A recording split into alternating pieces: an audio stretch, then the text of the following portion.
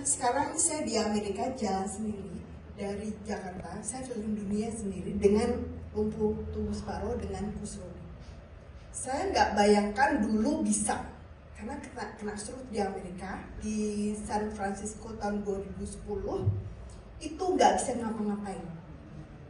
Dan jangankan baca, bicara pun nggak bisa kayak gini. Ini aja masih susah. Ini sudah 14 tahun. Ya, saya seorang arsitek di Jakarta. Kalau tahu Central Park itu desain saya di Agung Podomoro. Dan waktu itu selesai, saya dapat bonus dan libur panjang ke sini, tinggalnya bagus, terus 6 minggu dan saya masuk di San Francisco.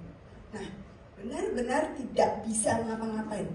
Ketika dokter di Amerika bilang, dokter Gandhi yang di San Francisco, dia ngomong bahasa Inggris, otak kiri saya terendam darah 20%, pecah pembuluh darah. Jadi secara medis, dokter bilang, kamu hanya bisa berbaring saja di sisa hidup saya, karena otak kiri saya terendam darah 20%. Semua syaraf hampir semua mati. Saya nggak bisa ngapain. Saya cuma bila sama dokter itu dalam hati. Saya ngerti di bahasa Inggrisnya, pikir saya nggak bisa ngerti, karena otak kiri kan untuk berpikir ya. Tapi saya bisa mengerti bahasa Inggris walaupun tidak bisa bicara. Dokter, saya nggak percaya kalau Tuhan masih membuat saya hidup, berarti Tuhan masih punya rencana. Itu saya percaya banget. Tapi itu saya bingung, ngomong aja nggak bisa. Saya lupa itu anak saya itu siapa, saya nggak tahu siapa-siapa. Cuman ada orang ulang balik, ngerti ada seseorang tapi nggak tahu siapa. Lama-lama nggak bisa makan, jadi 4 hari di ICU untuk belajar untuk minum pakai sendok, kasih di mulut, masuk ke tersedak karena masuk ke paru-paru. Bukan saya sampai sekarang ini nggak bisa dipakai, termasuk rongkongan. Jadi waktu dikasih air itu masuk ke paru-paru. Pikir gimana caranya bisa hidup? Minum aja nggak bisa. Makan juga itu bagus tahu banget. Nanti bisa tanya dulu. Nah terus saya cuma berpikir kalau saya nggak bisa kerja lagi, sana gimana? 2 anak saya masih SD waktu itu, saya baru cerai 3 tahun sebelumnya, dan saya nggak punya dana untuk anak-anak dari mantan. Terus gimana? Saya mikir, saya nggak pernah nangis, nggak pernah takut, saya cuma tanya sama Tuhan, Tuhan saya gimana? Ngomong aja nggak bisa, gimana mau kerja, gimana mau dapat uang untuk anak-anak? Bapak ibu mah masih ada, tapi kan sudah tua. Kalau cuma tinggal mungkin nggak masalah. Sekolah mahal banget kan?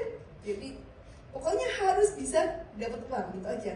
Terus selama mungkin mikirnya 1 jam ya mikir dengan tanya sama Tuhan gimana, saya nggak tahu mana. Terus tiba-tiba ada di pikiran saya, Tuhan bilang biarkan saja, saya akan bekerja. Saya bilang oke, terserah Tuhan deh, saya mau diapain.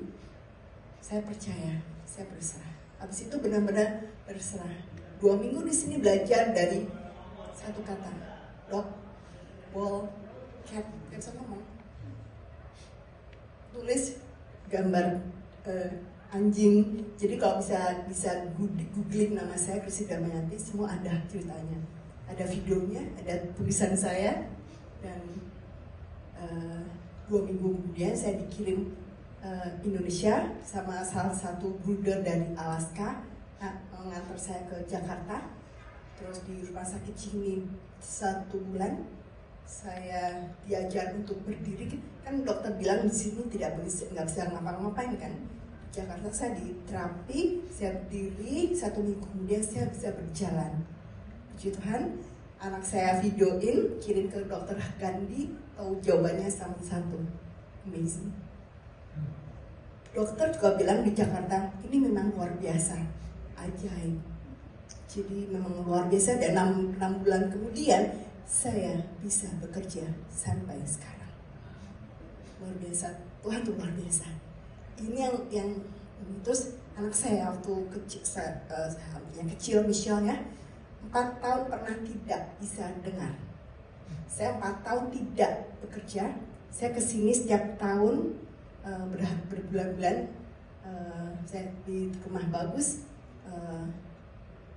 Tiba-tiba semua saya sudah siap punya anak tunarungu. Saya ajarin bahasa bibir A, B, C. Udah siap. Saya sudahlah, gimana kalau memang Tuhan kasih begitu ya. 4 tahun kemudian dia sembuh sampai sekarang. Pintar sekali sekarang di Jepang. Tuhan luar biasa. Bahkan sekarang setelah pandemi, saya keliling dunia sendiri pakai kursi roda, research tentang arsitektur, tentang aksesibilitas